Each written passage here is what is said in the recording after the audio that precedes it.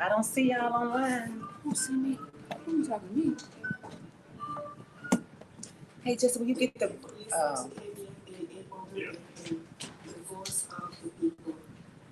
thank you.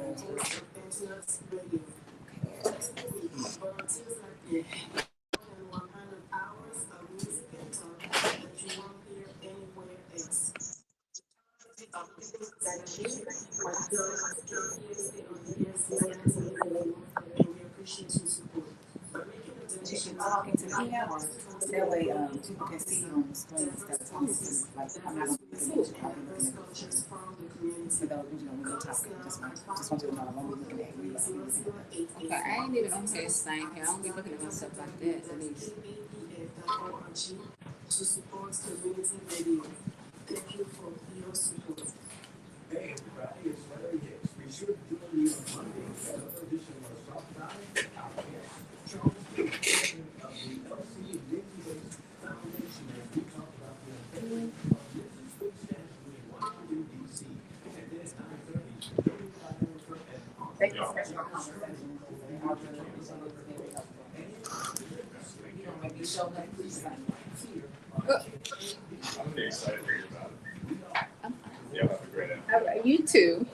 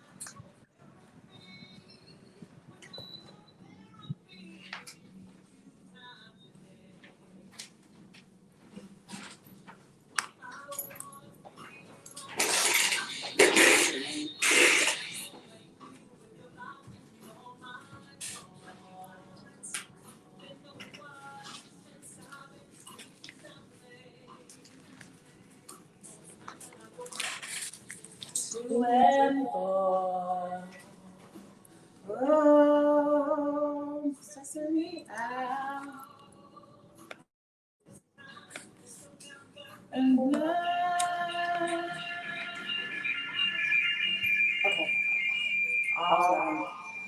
Mute all your phones, mute them, and turn the volume down. Turn the volume down and mute at the bottom of the screen.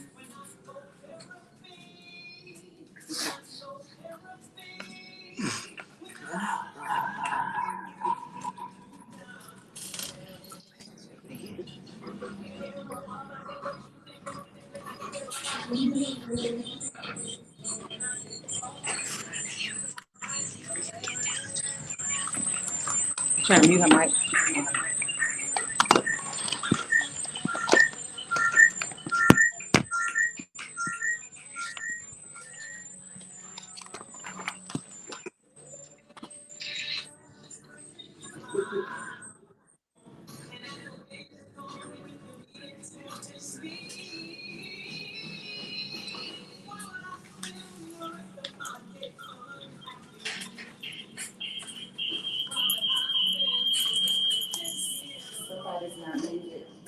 somebody's volume. You and put your volume all the way down on your phone. Your volume all the way down on your phone, and then mute at the bottom.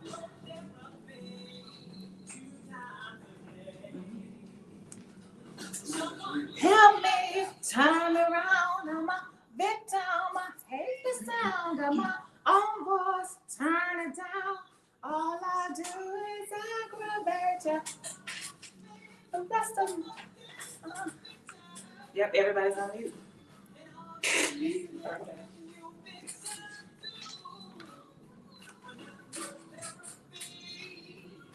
You can go therapy.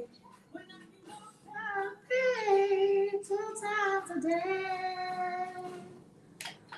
Yes, when I can go therapy 2 times a day. We are listening to the Health Corner right here on KABF 88.3 FM, where we are the voice of the people. And we are so glad that you are here for this conversation. We all need to have this conversation every single week. We need to be having conversations about therapy. We need to be talking about, why do I have to live my life and be so bitter? And then I'm bitter making you bitter too. So we're about to talk about that with 3.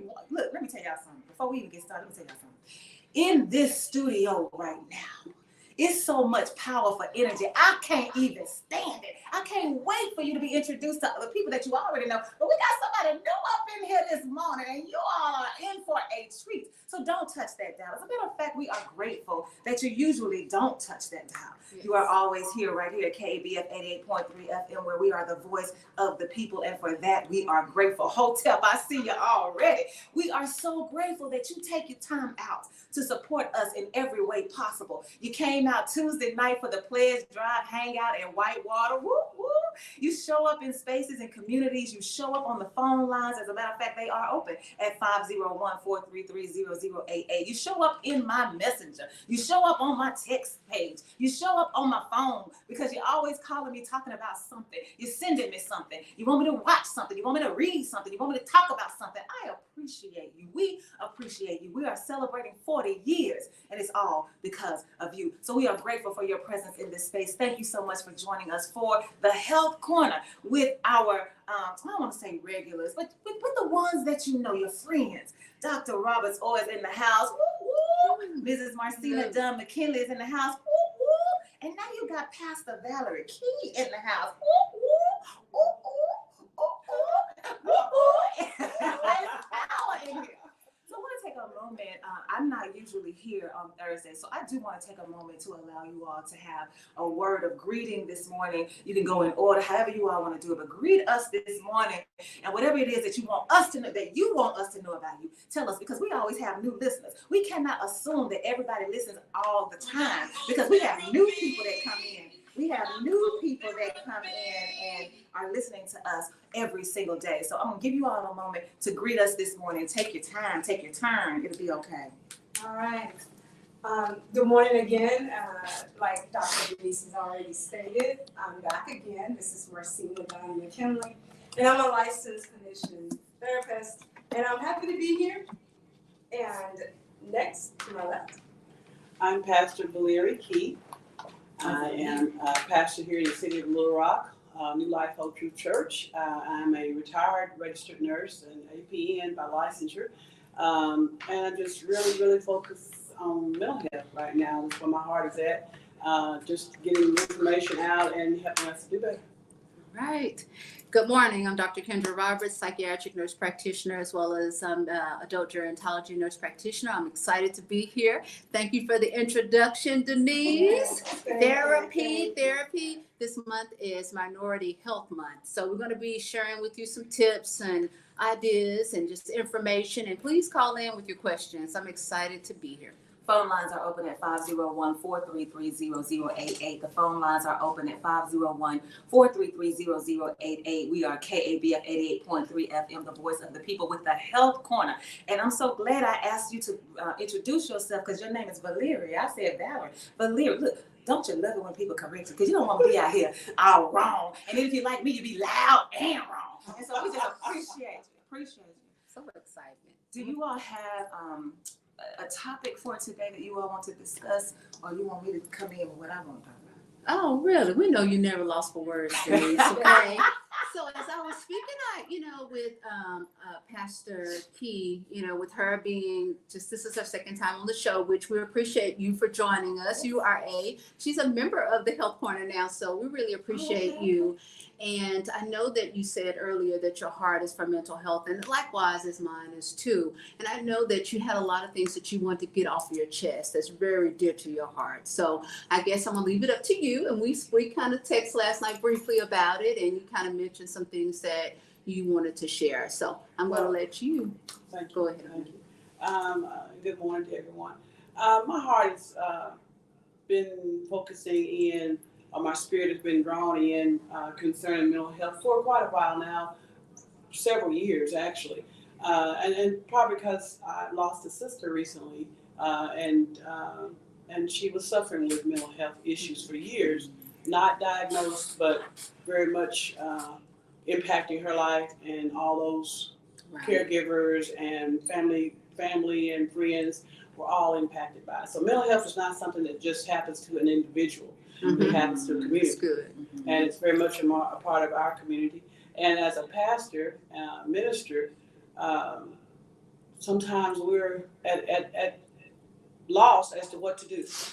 But I have learned, and I am really trying to make more ministers aware, and my own corner aware that this is all not just our lane by ourselves as ministers, because sometimes we think as ministers, men and women of God, that we're supposed to fix everything, and God is the ultimate answer to all issues. But He has people who He has specialized in those areas, and just really encouraging us to be more comfortable with accessing mental health resources. There are so many out there, not enough, and there are issues with mental health support, not enough of it. But when we realize that is a specialty, and God has given us some specialists in that area. So, I always say, there are doctors. I worked for 40 years in nursing, in ICUs and specialty areas. And you don't ask a cardiologist to deliver a baby.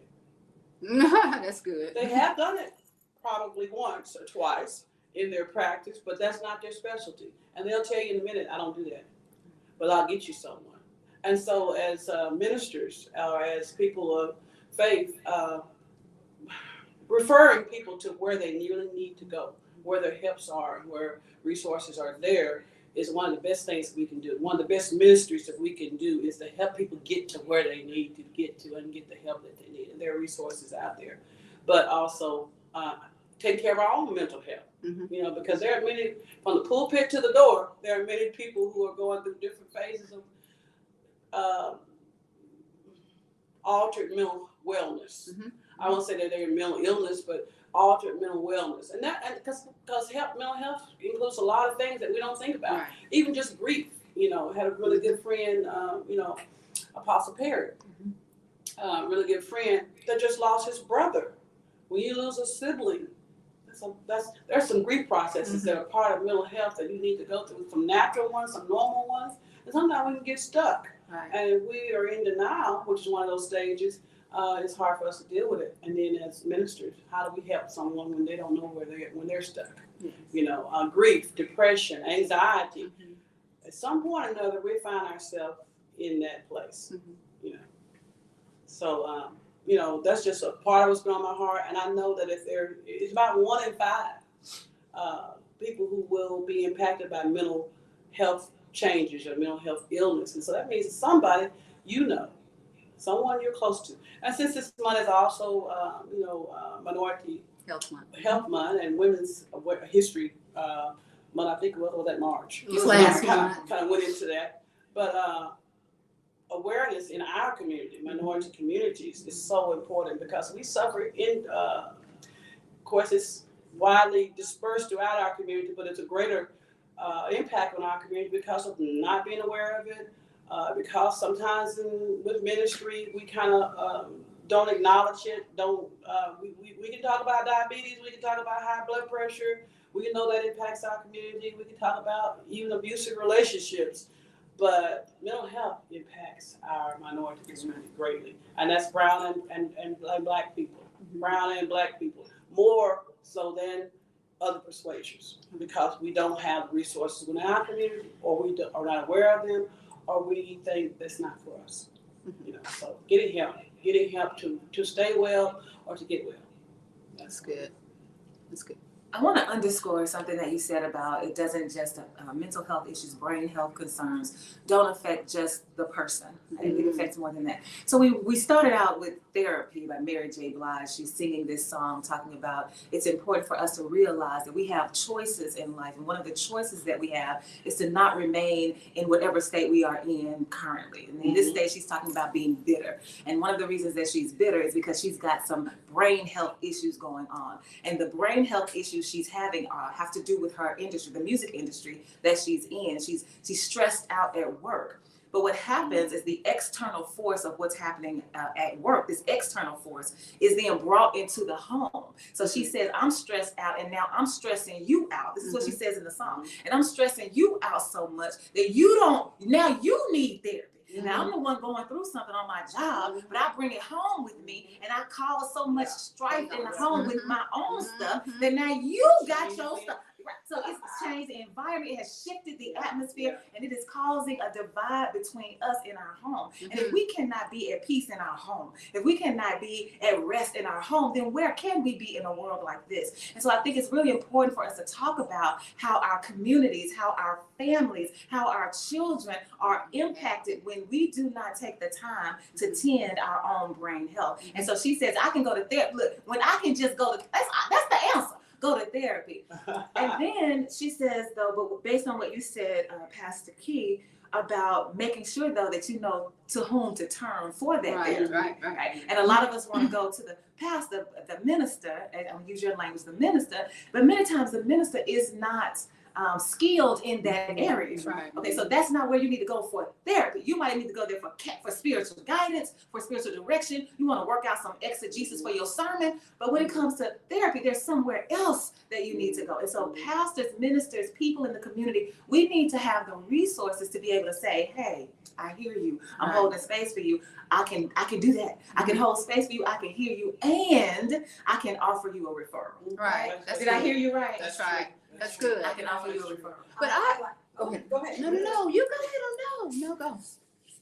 No, Marcina, listen, look at both of us. Marcina and I going back. One of y'all, we watching y'all. One of y'all. We gotta watch, but I just want to respect my elders, so I wanted her to go first. You go ahead, Marcina. It's fine. You know I love you. I just want to respect. She just called you all the way out with your old Just self. a few years older than I. Just a few years older than I. Listening to you, Pastor Keys, and also listening to you, Dr. Denise, and I like how you inserted both. You said the mental health and mental wellness, and then you came and you said, hey, what about that environmental abuse portion of it and how that affects as well? And so it makes me think about how oftentimes we don't consider that, and when we don't consider that, we tend to judge people. And so, we then people of color, people in general, we suffer in silence. We suffer in silence because of the judgment part of it. That's right. So many people are so quick to judge us, but did you not consider what I was going through before I even have this story that you see? So you don't even see the previous stories either. Right. You don't know how it feels to have to be, stressed out in the beginning. And I'm talking, when I say beginning, I'm talking about even in elementary. Before that, what did I have to go through then? Then I got to middle school, and then I got to high school. What did I go through during that time? And now they're telling me I'm a young adult. All that responsibility. All that responsibility. Now, you're supposed to navigate the system that was in place to help me, hurt me, because now I know nothing what to do, and you're telling me my mental health. But if I tell anybody about my mental health and the mental wellness that I need, they're gonna label me, they're gonna judge me. And what about the environmental induced part of it? There was a lot of things that was pushed on me that wasn't my fault. But you're gonna judge me by those, so why should I talk to any professional? What professional? Who's gonna get me there? All right. So Right. there's a lot of things you have to consider. Yeah. You were getting ready to say something. No, I guess I was so engaged and engulfed in what you were saying. I was just thinking about what you had said and what you said, Marcina. And I kept thinking, where does this start? Where do we start with this? And I keep hearing paranoia in our African American race. I see it all the time with me practicing mental health and behavior and medical too, but more so of the mental health. It's the stigma behind it. It's the crazy. That's all I hear whenever I come up on a patient. The first time, I'm always having to check them and say, or correct them and say, no, crazy is not a mental health word, okay? And I want you to be free. Mental health instability is bondage, okay? And there's freedom out there. And I tell people, you don't have to always, I'm not a proponent for medication, one thing. I will prescribe it if it's warranted, but I'm big on therapy as well.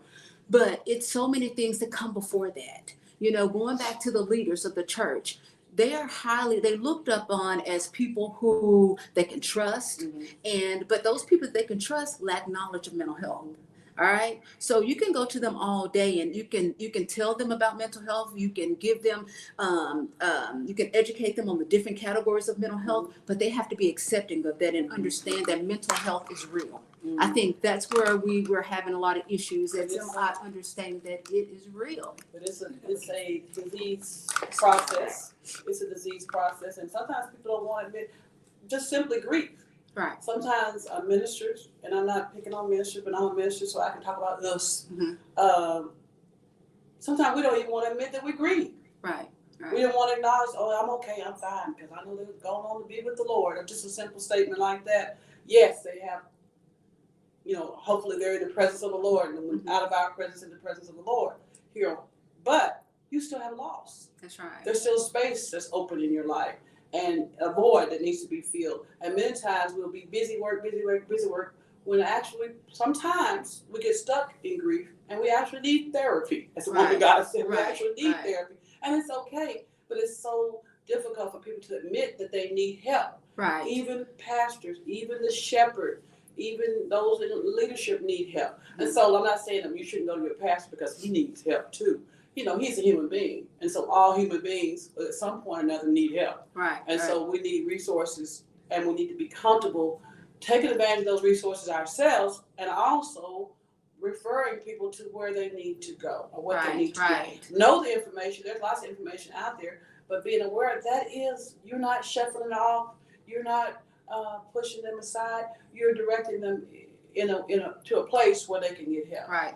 And you continue to follow up with them. You don't just send them there and not do nothing else. You continue to follow up with that person. So how's that going? And what are you hearing? And be a resource, because you're who they're looking to for guidance. That's right. You just gave them another resource. It's just sending, like you're a general practitioner, you send someone to a specialist. You don't drop the patient. Right. They're still your patient. But you send them to a foot doctor. You send them to a ear, nose, and throat doctor because they have a specialty issue, but they're still your patient. That's right. But I think it's such a fear out there. I think it's such a fear because of the unknown. They don't know what's going on. They don't know where to start. They don't know what the signs and symptoms to look for. So that's why I was saying, I think it's whenever the ministers or the church leaders, if they finally just accept it and say, okay, it's real. And like you said, it's not in my lane. Hey, I can send you to this place over here. And to let you know it's real. And we still can pray. We can't, it's not that we can't pray, yeah. And it's not a weakness. And that's what I hear a lot of times. People fear, if I admit to this, then I'm weak. It's not a weakness. You just admit that that's not your area. That's right. And that's okay. That's right. Because even Jesus, there are instances where people came to Jesus and he ministered to them because it was the word of God. So he had a word for them. At all time he ministered to them. And then he referred them to go to the high priest. Well, the high priest in that day and time was like a medical review. Go to the high priest and get a clearance to return to the community. So even Jesus referred people to other people. Right. Like the clearance word. That's what we use in this day of medicine, clearance. Because sometimes we need to hold up for a minute. I lost my husband 3 years ago, and I took some time away from the pulpit and away from ministry because I needed to get a clearance. Regroup, yeah. Because there were a lot of things going on in my heart and my spirit, And sometimes we're bleeding, we're wounded, and we need to pull aside and let not saying I'm all well now, but I need to get a clearance to return to the pulpit, a clearance to return to ministering to others, because I needed to be ministered to. And we sometimes don't do that, don't allow ourselves to take some time to be healed. Well, let's talk about that. That's what I want to talk about, because I know I heard you, Dr. Roberts, say, let's back up and think about where this starts. Right? Let's back up. And so when I think about culture, and I know it's for who I perceive to be Black women in this room. I don't want to assume your identities, but that's how I perceive you. And I know that, but it's important. It is what it is. Right. It's important for us not to think that we all share the same experience just because we share similar identities. And so I'm just going to speak from my own experience as a Black woman. And I was taught as a Black woman that it is imperative that I learn how to be independent, that I learn how to be strong, that we use that word resilient, that I know no matter what is going on, I'm going to get it done. Right. I push those emotions aside. I get it done. I don't let anybody know, because you don't want anybody to, don't let them see you cry. Right. And so all of this is what we are, what I was conditioned to believe. It was how I was formed. It was how I was shaped. And I have carried that all of my life. And so even when I know that there's something happening to my body, even when I know that my mind is not in the same place where it used to be, even when I know that there are things that are plaguing me, I'm not going to talk about it, because it will make me look like I am abandoning what it means to be a Black woman, that I'm now turning my back on my upbringing. You know better than that. You know how we do. And so part of it, I think, is we have to talk about us now divesting from that narrative that is within our own culture that says you cannot show yourself weak. Tears mean weak. Saying that you have issues with brain health means that you're weak. You cannot show yourself that way. I think we need to talk about that at some point. But first, let me get this comment that's right here on Facebook. Phyllis Brown says, I want to ask, why do you use the word minority? What does it mean to be a minority? Minority is a culturally, ethnically, or racially distinct group that coexists with, but is subordinate to, a more dominant group. Keywords: coexists and subordinate. Who is considered a minority race? A racial/ethnic minority is a person whose race or ethnicity is a non-dominant race within the group. So the primary question here is, why do you use the word minority? Okay, I'll answer. I think that the reason I want to, and you all correct me if I'm wrong, the reason I believe that people use the word minority is because we're looking at numbers and not so much as anything else. And so you say, well, people who, we have a marginalized group of people who have been pushed to the fringes, people who have been neglected intentionally, people who are no longer considered to be the point of attention, the main focus of attention in our society. Those are the people, when we say minority, that's who we're talking about. Because when we say majority, we're talking about who is in charge, who gets all the attention, who gets all the resources, who gets all the access, who gets all the opportunities, who gets all the chances. And that's usually not Black folks. That's usually not brown folks. That's usually not poor people. And so that's why we use the word minority. And so that's, you all have a response to that, go right ahead on. And so I think that we have to, going back to saying, let's back up, we have to talk about these steps. And so because I'm being shaped and formed in this way to believe I have to be strong and that I cannot show any weakness, then I'm not going to tell anybody, Mrs. McKinley, I'm not going to tell anybody what's going on with me, because they're going to judge me as being weak. They're going to judge me as not being the strong woman that and they're going to shame me. They're going to shame me. You're supposed to be a strong Black woman, right? I thought you were. And then that makes me further isolate myself, right? And so I'm not going to do it. And so how do we, or do you have a response to that as, and I don't know, is that your experience as a Black woman? Like, I don't know. Definitely. It definitely happens. And sometimes it's not even so much that it's said, but that's what's mentored before us. You know, that's school. You know, my mother went through this, and that's what she did. She just toughed it out. You know, put her head up and kept going. You know, she was strong. And so, what do I do when I'm going through a tragedy, or I'm going through a loss, or going through life? I put my head up and keep going. You know, it's not that she said this is the way to do it, but this is how she did it. And so the people who are mentoring us, the people who are before us, are telling a story, and we're following it, and we just continue the next chapter of it. And sometimes we never know how many times they were actually suffering with the same thing that you were suffering with. You know, many times, this is another thing that I've been focusing on, and this year especially, is about sisterhood and how we need sisters. We need our sisters in the hood, in the community, because we need one another and we're supportive of one another and we help each other through many different. I mean, even in slavery times, when sometimes a woman might have died or been in ill health, another woman would take those children and raise them, and could just do that in the community because it was so closely knit that that child was not, the community, the village was never going to forsake that child, because that child was a part of the village. And so we need the village. We need our, I know that's been a kind of a corn word for some years now, the village, this is my village, my people. But sisters, women, we really need one another. We need our support system around us, whether that's our sibling sisters, or whether it's our spiritual sisters in ministry, or whether our sisters in the community. But we need one another. And knowing that and being reconciled to one another, because there are so many things that are out there that pull us apart and separate us, you know, all the cultural things that have been for years and years and years, even colors, you know, brown skin, dark skin, light skin, whatever, skin tones can separate. There's so many things that can separate us, you know, wealth, and whether you're poor, whether you're wealthy, or what side of town you're from, you know, whether you're country or whether you're city, all these things that come to divide us, but we have more in common than we have different.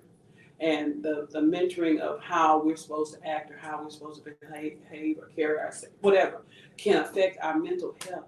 Because a lot of times we are going through things, but I can't tell you, or we don't share with one another. And sometimes we even injure one another. Right. I'm going to say something as you're speaking on that.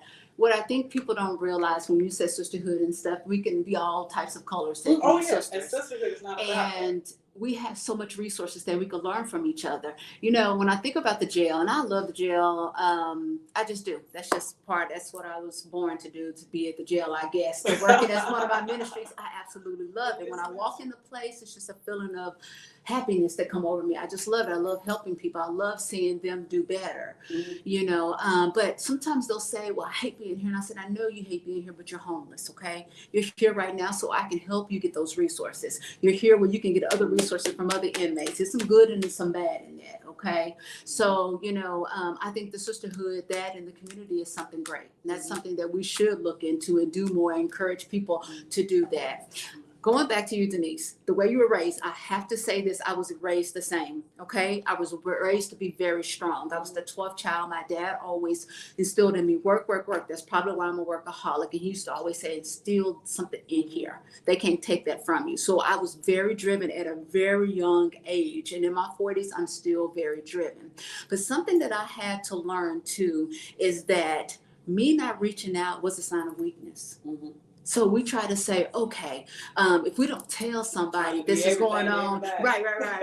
That if people believe we have a mental health, that we're a mental health disorder, struggling with mental health, that we're weak. Well, speaking out could be also, not speaking out could also be considered a weakness. I had to learn that with myself. I kept doing. And I had to say, Kendra, okay, you have to tell people no sometimes. You have to, Kendra, you may have to go get therapy. Kendra, you may have to consider medication, but does that make you weak? No, that makes you strong because you're reaching out. Okay? You're strong enough to so ask you're strong enough to ask. That's right. Yeah. And you have to know who you are and know that you deserve a good quality of life. I mean, nobody can tell me that their mental health, if it's not stable, that they have a good quality of life. I don't believe it. I like that part you guys were talking about, the village, and it takes a village, sisterhood, it takes every last one of us. It's, you know, it takes a village, but you have to ask yourself also who's raising that village. Who's raising that village that is then in turn trying to raise another generation. So you know, I like how you consider, hey, we got to come together. We do, and as minorities, and I heard someone say that, you know, it's like whoever asked that question was like flipping the narrative. I love that. It's okay to flip the narrative. I think the person just wanted us to kind of clarify, what does that mean to us to be a minority? What does that mean to you being a minority? One, society has already ID'd a certain group a minority, right? And that happens to be us. Mhm. That happen to be, and when I say us, individuals that look like me. Mhm. Which You talking on the radio, look like you, how you look? I'm beautiful and I'm no, okay. Ah, yeah, you're right, Marcina. So beautiful is a minority, is that what you're saying? Not everybody got hair. But on a serious note, No, society seriously, has no, I am identified- serious. You are on, yes, we have Facebook going, but people are listening to KBF 88.3 FM. It's a radio station. So when you say that look like me, they can't see you. So when you say look like me, what do you mean? You know, so what do you, how do you look? Got it. But it was ID in the beginning that we were all Black. My So perception, that's yeah. right. So if they are listening, they know that we are all Black because of the statement that was made earlier. So that's what I meant. Not so much just it's mainstreamed. But so you go through that whole stage of how do you define it? How do you define it? So even with village, how do you define it? Minority, how do you define it? Society has defined us as the oppressed, those that are not in control of anything. So you have these things, powerless, useless, whatever you want to come up with. There's so many things that society has said about us, and we tend to believe those things. Maybe not here at this table. That may not be the consensus. We may not have all been raised the same way. That may not be the consensus. However, we can say all of us here are very, very, very, very, very educated. That's certainly not the consensus. So you have to consider everyone else who's not. Right. So with that being said, so you're powerful, Dr. Denise. You're powerful, Dr. Kendra. You're powerful. I almost said Dr. Keys. You probably got your doctor too. You sound like it. So Right. there's a lot of education in here. But are we dropping people off? Like you said, I almost said Dr. Keys. Can I just say Dr. Keys? You can just say Dr. Keys. Dr. Keys. You said we don't just drop them off. Mhm. That is so true. Because not everyone, and I think everyone would agree, not everyone can speak the language that you speak. Not everyone can speak the language that Dr. Denise speaks. Not everyone can speak the language, make it clear like Dr. Kendra. And not everyone knows even the area of expertise that I may or think I know, right? Mhm. Right. So we can't just drop our people off and say, hey, I referred you to, and I like how you said it, you can't just drop them off. Once a patient stays a patient, Mhm. you gotta follow it through. Mhm. Because it's not enough from giving someone a resource. Call this number. Do they know what to say Mhm. when they get there? When you drop them off, Dr. Denise, they won't know what to do after that. And what happens if you drop them off and don't follow them like Dr. Keys said, Pastor Keys said, you drop them off, they're no longer your patient, but then that door is closed. The door was closed, exactly, you just read my mind, the door was closed, but you drove off. So what next?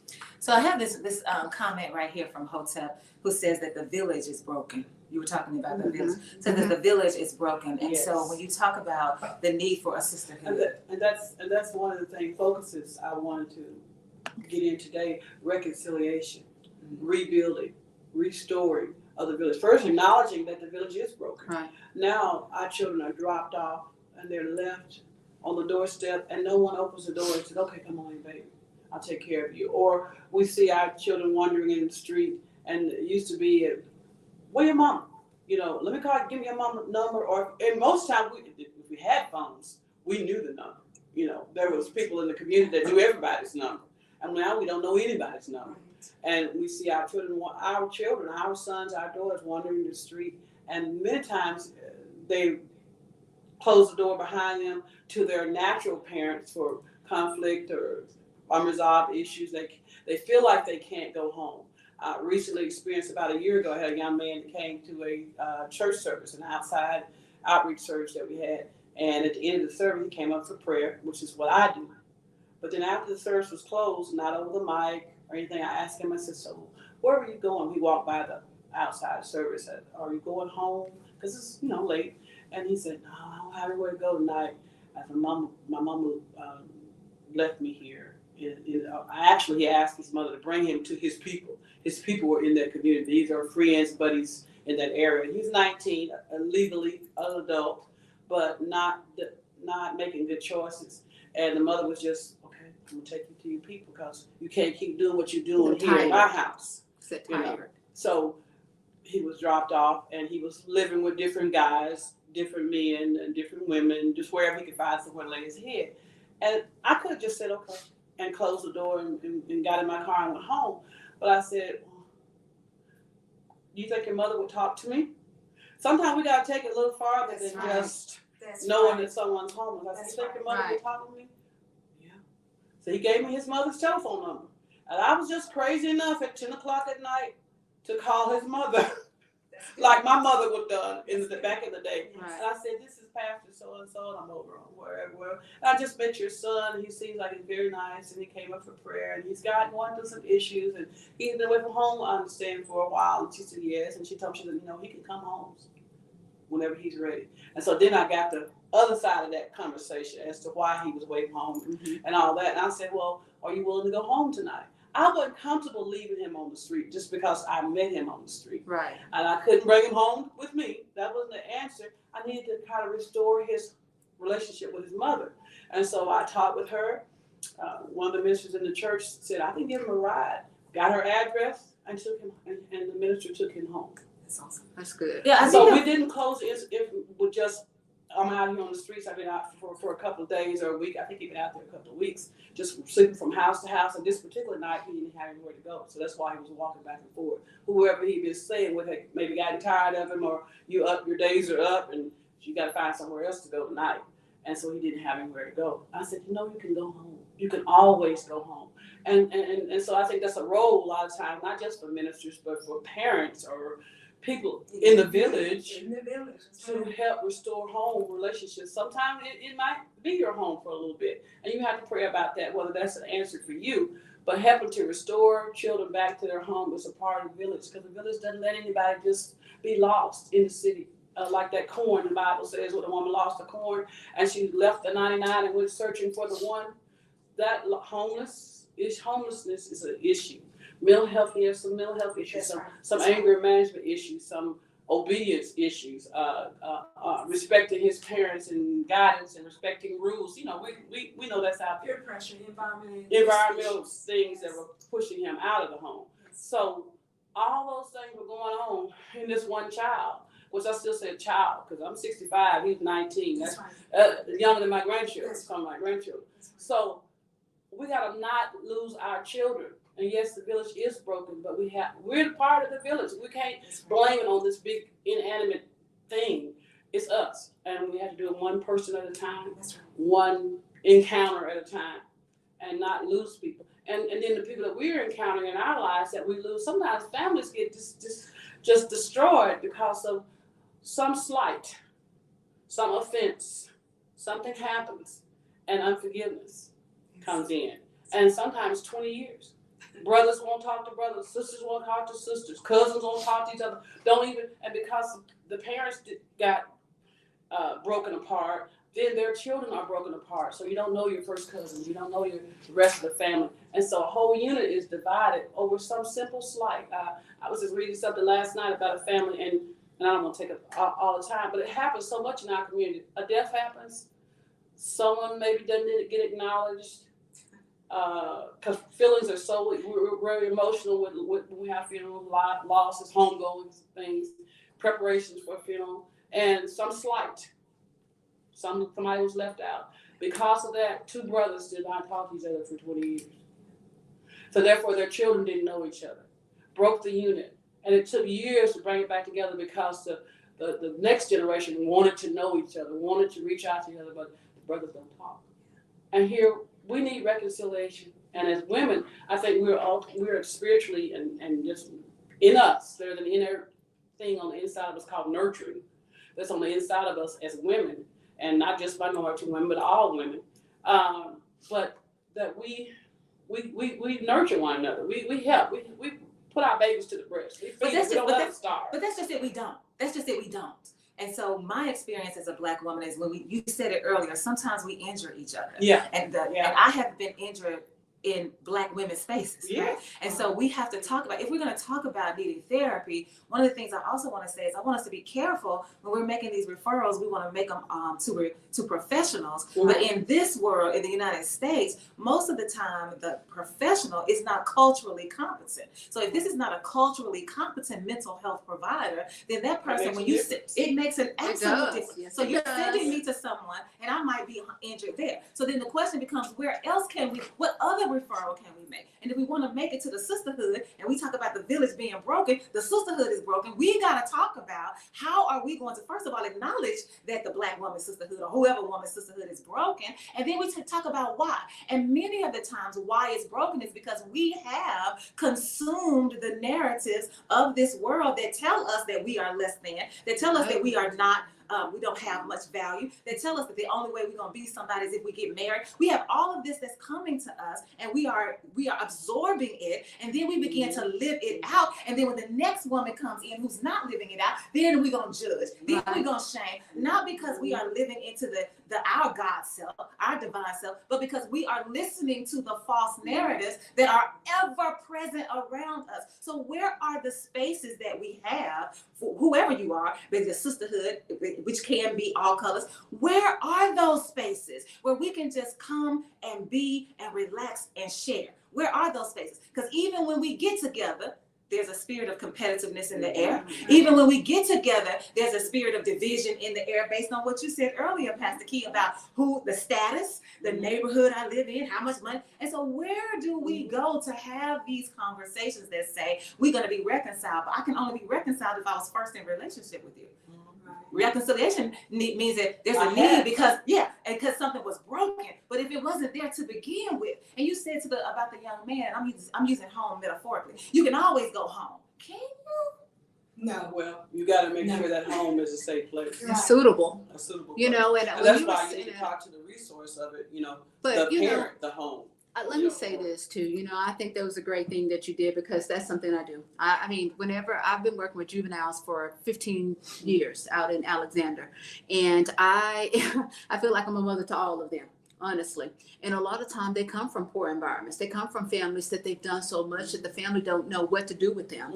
Some of the families have reached out. Some of the families have their own mental health disorders that their relationship is broken and is strained, and it's because they don't know. So every opportunity I get as well, when they come in, I call the parent and I'll say, what's going on? I want to hear all sides of it, so I can even help the parent have resources. Hey, do you think that you can do this? Hey, what about this? I can try to provide those things to help them too. Because when they go home, sometimes they're going home back into dysfunction. We know we have dysfunction in every environment because we're human, all right? But some a little bit worse than others that impact the decisions that we make. A lot of the kids that I see, they've switched roles with the parents. They're the parent and the parent is the child, And so it's about education. It's about acknowledging, and it's about knowing that it is real, and those are resources out there. And validating that person's those good things that they're doing, validating those good things they're doing, and that you may have to do that, because this mother had to decide whether at some point she might have to say, yes, you're going to have to go. And because if he can't follow your rules, everywhere you go has rules. You can sleep on your friend's couch. He has rules. He's going to say, my man, you can stay here 3 nights, and at the 3rd night, you got to go. Because I got whatever, Right. Friends have rules as well.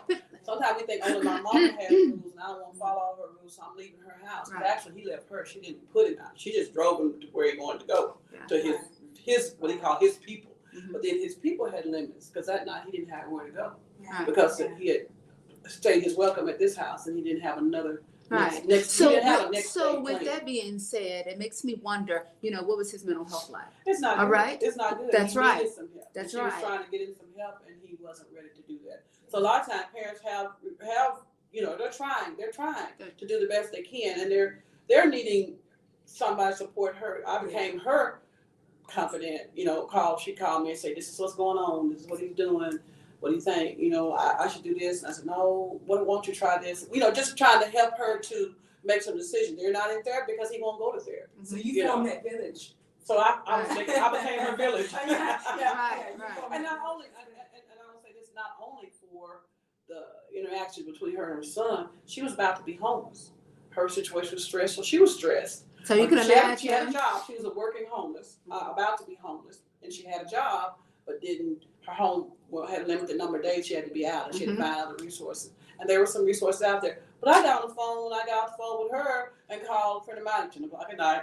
I text her. I said, I know you're probably asleep, but this is what's going on. I got this family, and they're about to have to move out of this house. Do you know any places that are working with minorities? This was after the tornado last year, year before last, when there were some homeless resources out there. And she was able to, my friend works in the community, and she was able to give me some resources for her to call, and connected her with a company that helped her, that paid her rent.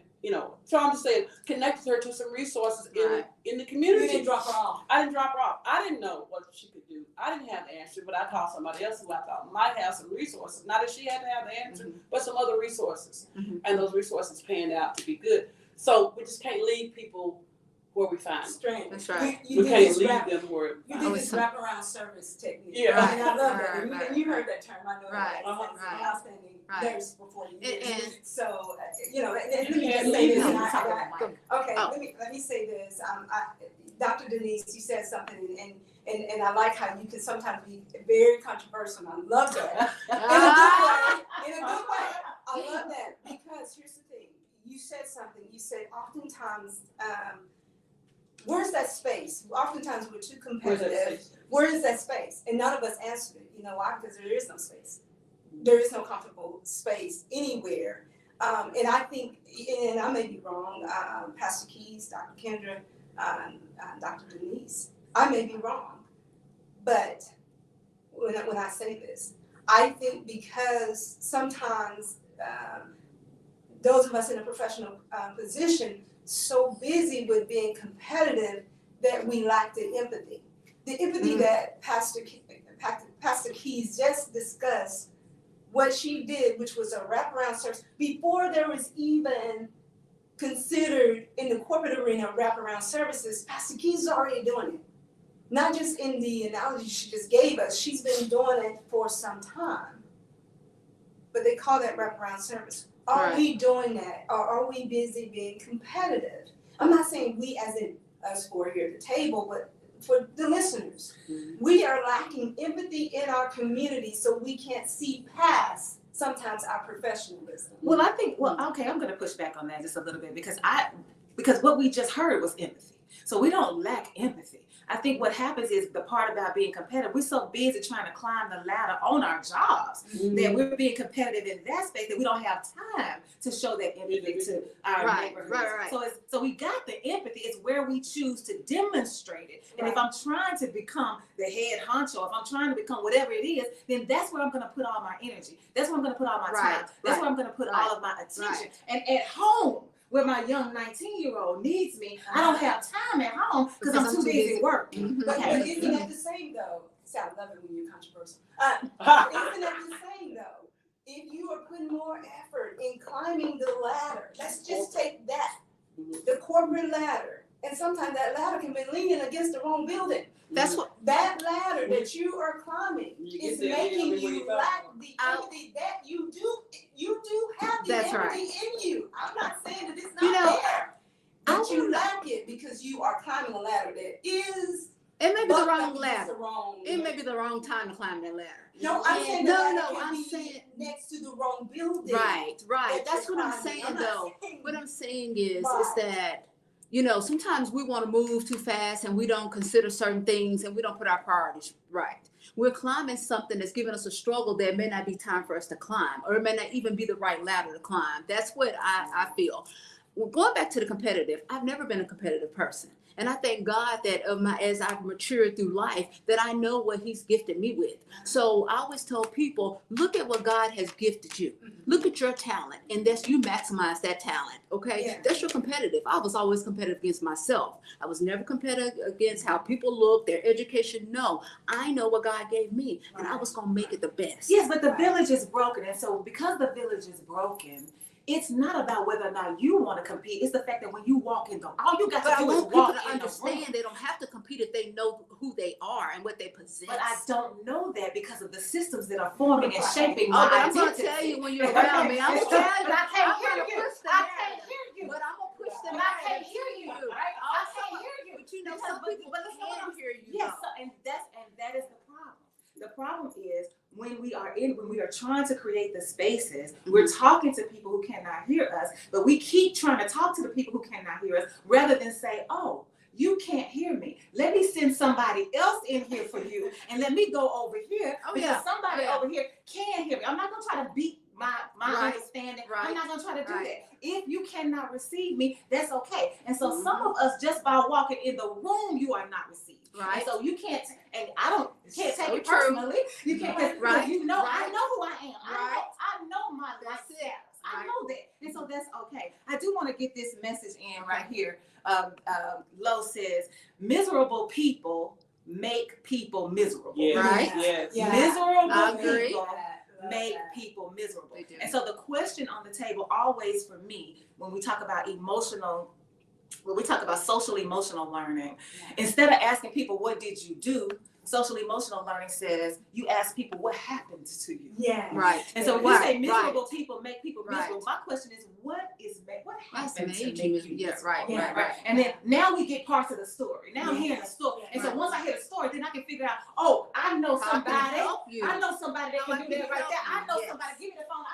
But if we're Yeah. not hearing the stories, Right. and we can't hear We're the not stories, listening. and we're not creating the space, We're and we not can't listen if I'm too busy being competitive over here trying Right. to ladder that's on the wrong building. You know something that I found too, I'm gonna say this real quick, Yeah. is that when I say this word to them, I can see the change in their demeanor. I'll say, I'm not here to judge you. I'm just here to help you. If you just tell me, then I can do the best I can. I can provide the best plan for you. And I find a lot of people be more agreeable with me when I just say, I'm not here to judge you. Yeah, that is a good. I know I said that. That's good to know. Yes. Automatic. But it's also important for us to know that just because we say, y'all got me, I'm all off the camera looking at y'all. Oh, I'm Just- looking at y'all, everybody. I ain't even looking in the camera. Just because we say this is a safe space, or just because we say that you can talk to me, just because we say that there's no judgment, well, it doesn't mean that they feel it, right? We Right. have to create those environments, which Right. means that we have to stay. We can't drop you off because I need more time. Right. It takes time to create Right. a space where a person feels like you really not gonna judge me. I heard Right. you say it, but I don't really feel it It's a yet. feeling too, though. You got to It's, say yes. it. It's You a know? feeling. It's your But I'm just vibe. gonna It's your presentation when you're around people. And I don't always like going back to what you said. I don't always reach everybody, but you know what? I'm gonna find somebody that probably can reach you. I'm gonna say, Exactly. hey, I'm gonna go to my other Exactly. therapist. Hey, can you go down there? Hey, do you have a good rapport with them? If it's the nurse, if it's the counselor, if it whoever, I'm gonna go and say, who has a good rapport with this patient? I need him really to take his medicine. I need him to really, really maybe accept some therapy or some resources. people So gotta be I'm ready not gonna to drop on them. receive that, They gotta be ready to receive And it. everybody- They receive it better from certain people. So And everybody ain't ready. And I see you, Pastor Key, but it's 10 o'clock. I'm so Ah! sorry. I'm so and sorry. once you done all that you can do, what? Once you done all you can do, You just stand. You just stand. Listen, y'all been listening to the health corner. I don't know if you've been paying attention, but we done said a whole lot of stuff over here. We done Yes. told you that the village is broken and you need to do your Right. job to figure out how you gonna fix it. Right. Figure out what role you can play. You need to figure out how to create a space so people can hear the stories. So you can Right. hear the stories, you can know where you can plug yourself in. And you can't just drop them off once you send the person to the person. Right. You gotta make sure you follow through. Stay right there with them. Make sure that you wrap around them with the services that we came up with, that the professional people just put a name on. But Right. we've been doing this. Let's get back to the basics of being who we are. That's how we can help you with your mental health. And that's what we've been talking about right here at KABF 88.3 FM, where we are the voice of the people. So join us next Thursday, because these three will be right back here. Woo, woo. You don't want to miss it next Thursday. And you don't want to miss what's coming up next. Don't touch that dial. We'll see you soon. all right, bye.